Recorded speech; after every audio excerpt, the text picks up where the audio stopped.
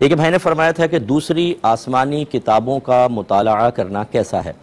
دیکھیں سخت ناجائز ہے، بلکہ یہ حرام کے نزدیک ہے، اس لیے کہ نبی کریم صلی اللہ علیہ وسلم نے حضرت عمر فاروق رضی اللہ تعالیٰ عنہ کو توریت پڑھتے ہوئے ملاحظہ فرمایا تو انتہائی جلال فرمایا، اور یہ فرمایا کہ اگر موسیٰ آج میرے ساتھ ہوتے تو میری پیروی کرنے کے علاوہ ان کے لیے کوئی چارہ نہیں تھا۔ تو یہ نبی کریم صلی اللہ علیہ وسلم نے اظہار غضب کیوں فرمایا؟ حالانکہ پچھلی آسمانی کتابیں بھی اللہ تبارک و تعالیٰ کی نازل کردہ ہیں۔ وجہ بالکل واضح ہے کہ ان کتابوں کو اللہ تبارک و تعالیٰ نے انسانی تصرفات سے محفوظ نہیں رکھا تھا، اس لیے آج کل تقریباً 32 اناجیل موجود ہیں، جن کی کتابیں ہیں نا، جو اون کرتے ہیں، آپ انہی سے پوچھ لیجئے، وہ بتائیں گے کہ ایک نسخہ نہیں ہے بلکہ کئی نسخے بن چکے ہیں، یعنی انسانی تصرفات ان میں ہوتے رہے۔ اب مسئلہ یہ ہوتا ہے کہ آپ یہ سمجھیں گے کہ میں جو کتاب پڑھ رہا ہوں یہ سب اللہ کا کلام ہے، حالانکہ بعض چیزیں ایسی ہوں گی جو اللہ نے بیان نہیں فرمائی بلکہ کسی نے اس میں ڈال دی ہیں، اور آپ اس غیر کلام الہی کو کلام الہی قرار دیں گے، یہ گناہ گار۔ اور اگر یہ کریں کہ جو کلام الہی اس کو کہیں شاید یہ تصرفات انسانی کا نتیجہ ہے، تو آپ اسلام سے خارج۔ اور پھر دوسری بات یہ ہے کہ میں چیلنج کرتا ہوں، جتنا ہمارا قرآن کامل ہے، زندگی کے ہر شعبے کے بارے میں مکمل رہنمائی فراہم کرتا ہے، اگرچہ وہ اجمالی طور پر ہے، پھر اس کی تفصیل حدیث میں ہے، پھر اس میں کچھ اجمال ہے تو پھر علماء امت کے سپرد کر دیا گیا معاملہ، یا صحابہ کرام علیہم رضوان نے بیان کیا۔ لیکن پچھلی آسمانی کتابوں میں تو تمام چیزیں ہیں ہی نہیں، ان میں تو بہت مختصر سے احکام، مختصر سے پیغام۔ چنانچہ اب ایک مسلمان جب اس قسم کے کویسچن کرتا ہے، مجھ سے پوچھتے رہتے ہیں صاحب فلاں مذہب کے بارے میں کوئی کتاب بتائیں، میں جاننا چاہتا ہوں۔ میں دائرہ ادب میں کہتا ہوں کہ آپ نے پہلے اپنے مذہب کو سمجھا ہے، جانا ہے، اللہ تعالیٰ کسے کہتے ہیں؟ 2 جملے میں ایسا بتائیں کہ مزید پھر اللہ تعالیٰ کا تعارف پیش کرنے کی ضرورت ہی پیش نہ آئے۔ قرآن کی تعریف کیا ہے شرعی؟ اسلام کسے کہتے ہیں؟ اسلام کی بنیادی تعلیمات بتائیں۔ فرض علوم کون کون سے ہیں جن کا سیکھنا آپ پر لازم ہے؟ اپنا مذہب ہم نے بالکل نہیں سیکھا، ایک مسلمان گھرانے میں پیدا ہو گئے، نام رکھ دیا نور الدین چراغ دین، اور یہ چراغ دین، نور الدین کو نہ چراغ حاصل ہے نہ نور حاصل ہے، اور اب یہ چاہ رہا ہے کہ میں دوسرے مذہب کی کتابیں پڑھوں جو نامکمل کتابیں ہیں یا انسانی تصرفات کا ان میں دخل ہو گیا ہے، یہ شرعی طور پہ بالکل اجازت نہیں ہوگی۔ یہ یاد رکھیں کہ اللہ تعالیٰ نے ان آسمانی کتابوں کو جس شکل میں نازل کیا تھا ان پر ہمارا ایمان ہے کہ وہ اللہ کی کتابیں ہیں، لیکن جو موجودہ تبدیل شدہ شکل ہے ان کو ہم یہ نہیں کہہ سکتے کہ یہ اللہ کا کلام ہے، لہٰذا پڑھنے سے اجتناب کرنا واجب ہوگا۔ یہ کہتے ہیں کہ شریعت کی نگاہ میں کوئی بات بری ہو سکتی ہے، فرض کر لیں تو منع کیا تو کہا کہ تمہارا تفسیرہ فرمائیے۔ اچھا دیکھیں اسی کے آیت کے آگے اللہ نے خود فرمایا فَإِنْ خِفْتُمْ أَلَّا تَعْدِلُوا فَوَاحِدَةً، کہ اگر تم انصاف نہ کر سکو مصروفیات کی بنا پر یا دل کے میلان کی بنا پر، تو پھر ایک پر اکتفا کرنا لازم ہے۔ یہ نہیں یہ ایسا نہیں پڑھا، وہ رہ جاتا ہے عموماً ذہن سے، مرد حضرات کے۔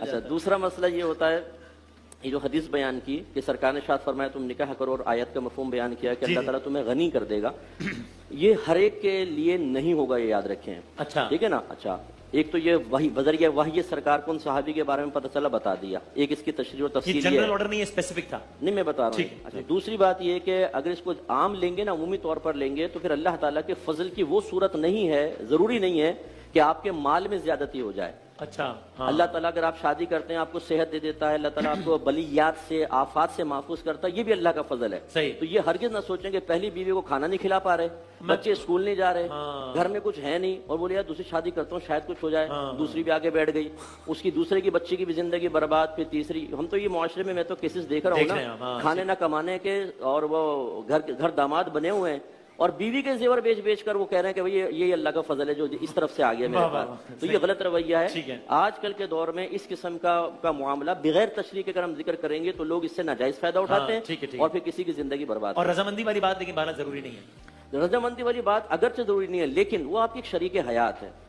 یقینی سی بات ہے کہ جب آپ دوسری شادی کرتے ہیں ایک بچی کے جذبات پر بہت ہی اثر پڑتا ہے، وہ ڈسٹرب ہوتی ہے اس سے۔ اگر آپ کی بیٹی ہو، آپ کا داماد دوسری شادی کرے، میرا بہنوئی دوسری شادی کرنے لگے، مجھے بھی ایک لمحے کے لیے جب بیٹی آ کے گھر پہ روئے گی یا بہن آ کر روئے گی، وہ شوہر کی محبت میں شیئرنگ پسند نہیں کرے گی، ایک عورت کی فطرت ہے، ہر ایک کی فطرت ہوتی ہے، تو ہمیں بھی تھوڑا سا دکھ محسوس ہوگا۔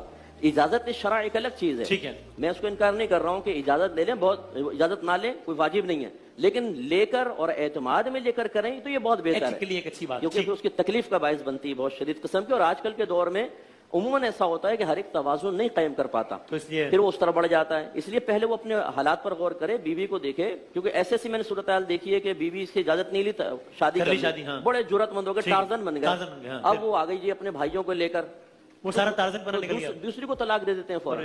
تو یا تو نہ کریں بھائی اگر دم نہ ہو تو. یہ مسئلہ ہے نا. تو یہ تمام امور کو بھی پیش نظر رکھنا چاہیے. یہ نہیں کہ اجازت شرع ہے یا نہیں ہے بس ہم دیکھیں اور فوراً حاضر کر سکتے ہیں. یہ بہت آپ خطرناک دونوں مسئلہ ہے. فائنل اس پہ کامنٹ کرتے ہیں. بس آخری 1 منٹ رہ گیا. یہ کہتے ہیں کہ بعض لوگ کہتے ہیں کہ وقت 4 وقت میں رکا تھا. ایک جب سرکار سفر معراج پہ تشریف لے گئے، دوسرا جب حضرت علی رضی اللہ تعالی عنہ کے زانوں پر نبی کریم صلی اللہ علیہ وسلم نے سر رکھا ہوا تھا، عصر کی نماز کا وقت نکل رہا تھا، بالکل آخری ٹائم تھا، تو پھر سرکار نے سورج کو واپس پلٹایا، گویا کہ وقت ٹھہرا. اور تیسرا جب بی بی فاطمہ رضی اللہ تعالی عنہا کے سر سے ایک دفعہ دوپٹہ سرک گیا، 2 بال ظاہر ہوئے تو وقت رک گیا. اور حضرت بلال رضی اللہ تعالی عنہ نے ایک دفعہ اذان نہیں دی تھی تو وقت رک گیا. دیکھیں پہلی 2 باتیں تو بالکل ٹھیک ہے، اور آخری 2 باتیں خالی جذبات کا حصہ ہے. بی بی فاطمہ رضی اللہ تعالی عنہا کا بڑا مقام ہے، بڑا مرتبہ ہے. اللہ تعالیٰ ان کے قدموں کی خاک کی برکت سے ہماری اور ہماری پوری نسلوں کی بخشش و مغفرت فرمائے. بہت اعلیٰ مرتبہ ہے، بہت اعلیٰ مقام ہے. اور مجھے بڑا افسوس ہوتا ہے کہ اس قدر عظیم ہستیاں جن کے لیے مستند ترین ذرائع سے فضائل کے انبار لگے ہوئے ہیں، ان تمام کو چھوڑ کر ایسی باتیں اپنے پاس سے گھڑنا اور ان کو بیان کر کے بزرگوں کی فضیلت کو ظاہر کرنے کی کوشش کرنا جن کا کہیں کوئی ثبوت صحیح طریقے سے نہیں ہے، یہ مناسب نہیں ہے. تو آپ بخاری اٹھا لیں، مسلم اٹھا لیں، دیگر اور آپ قرآن اٹھا لیجئے. الہادی کے اندر اگر آپ نے سنا ہو، ہم نے کتنے فضائل بیان کیے اہل بیت کے قرآن کی آیات کی روشنی میں. تو بہرحال یہ بی بی فاطمہ رضی اللہ تعالی عنہا کا ایسا کوئی واقعہ نہیں ہے، یہ کسی نے اپنے پاس سے محبت میں بنایا ہوگا لیکن صحیح نہیں ہے. اسی طرح یہ جو قوالیوں میں بھی بعض اوقات اس طرح کے شعر پڑھتے ہیں کہ بلال نے اذان نہیں دی تو سحری نہ ہوئی، تو یہ بھی کوئی واقعہ نہیں ہے. کہیں بھی یہ واقعہ موجود نہیں ہے. من گھڑت واقعہ ہے کہ حضرت بلال رضی اللہ تعالی عنہ نے اذان نہیں دی تو جی سحری نہیں، فجری نہیں ہوئی. اگر آپ میرا بخاری کا درس سن رہے ہوں، کیوں ٹی وی پر ہی آتا ہے درس بخاری ہمارا آتا ہے، اسی میں بھی کچھ دن پہلے حدیث ذکر کی تھی کہ نبی کریم صلی اللہ علیہ وسلم غزوے سے واپس تشریف لا رہے تھے، ایک وادی میں ٹھہرے تو بلال رضی اللہ تعالیٰ عنہ کو حکم دیا کہ آپ یہاں پر یعنی پوری رات سفر کرتے رہے تھے، فجر سے تھوڑی دیر پہلے قیام فرمایا، سب ٹھہر گئے. سرکار نے فرمایا آپ ہمیں فجر میں اٹھانا. اور حضرت بلال رضی اللہ تعالیٰ عنہ کہتے ہیں کہ میں نے چٹان سے ٹیک لگائی ہوئی تھی تاکہ میں نہ سوؤں، اور آنکھیں کھول کے میں بیٹھا ہوا تھا، لیکن ایسی غنود کی طاری ہوئی کہ میں سوتا چلا گیا، اور اس وقت میری آنکھ کھلی جب سورج نکل آیا تھا.